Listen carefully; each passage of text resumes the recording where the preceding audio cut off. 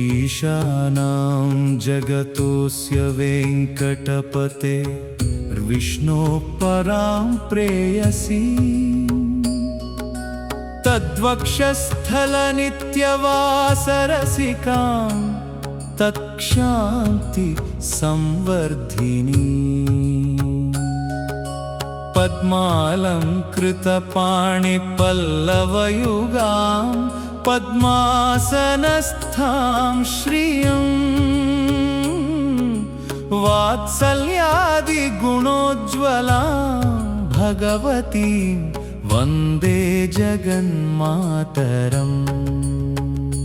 श्रीमन् कृपाजलनिधे कृतसर्वलोका सर्वज्ञशक्तनतवत्सल सर्वशेषिन् स्वामिन् सुशीलसुलभाश्रितपारिजात श्रीवेङ्कटेश चरणौ शरणं प्रपद्ये।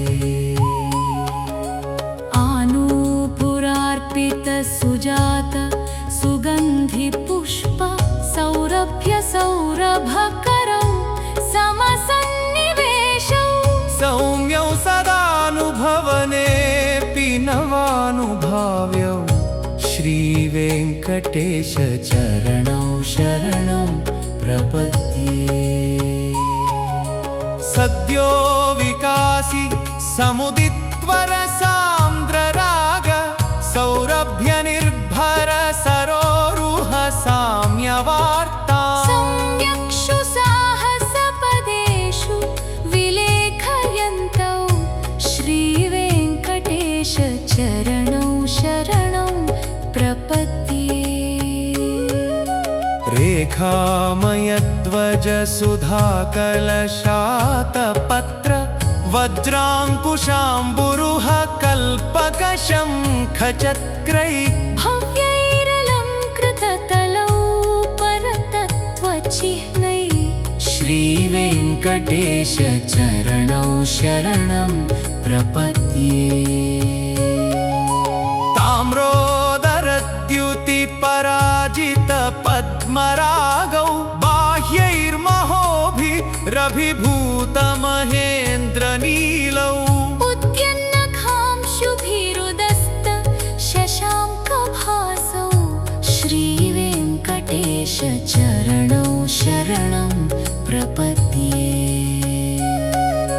सप्रेमभीति कमलाकर पल्लवाभ्यां संवाहनेऽपि सपदि क्लममादधानौ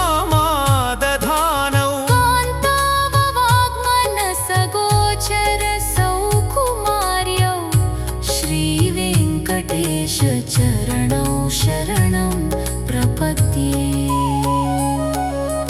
लक्ष्मीमही तदनुरूप निजानुभाव नीलादिदिव्यमहिषीकर पल्लवानाम् आरुण्यसङ्क्रमणतः किल सान्द्ररागौ श्रीवेङ्कटेश चरणौ शरणं प्रपद्ये।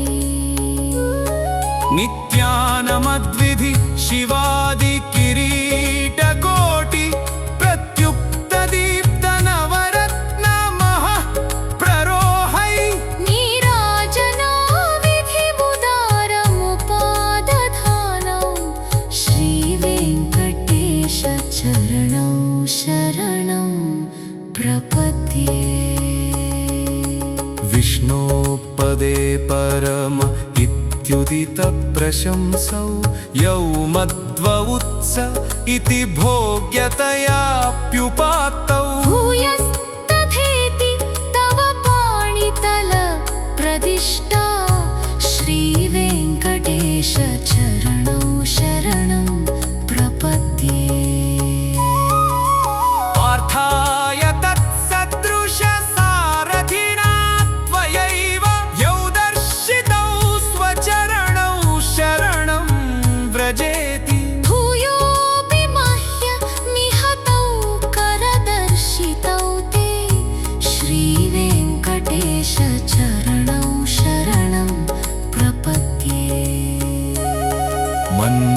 निकाळीय फणे विकटाटवीषु श्रीवेङ्कटाद्रिशिखरे शिरसि श्रुतीनां चित्तेऽप्यनन्यमनसां सममाहितौ ते श्रीवेङ्कटेश चरणौ शरणं प्रपद्ये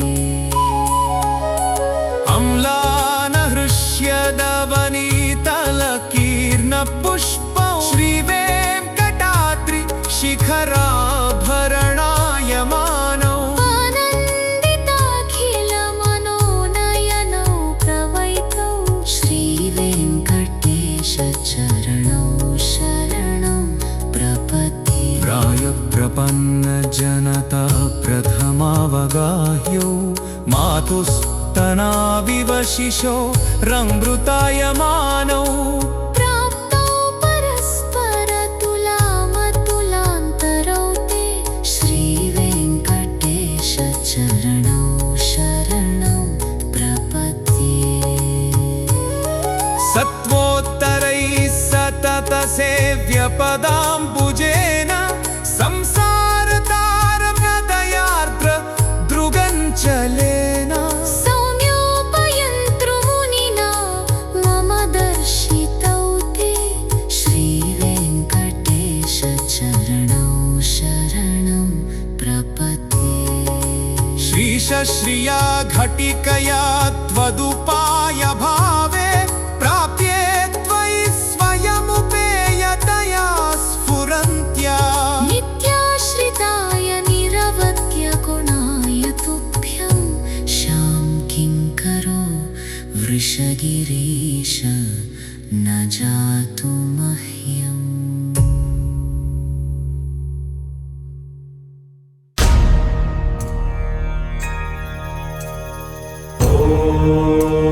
ॐ शक्तियो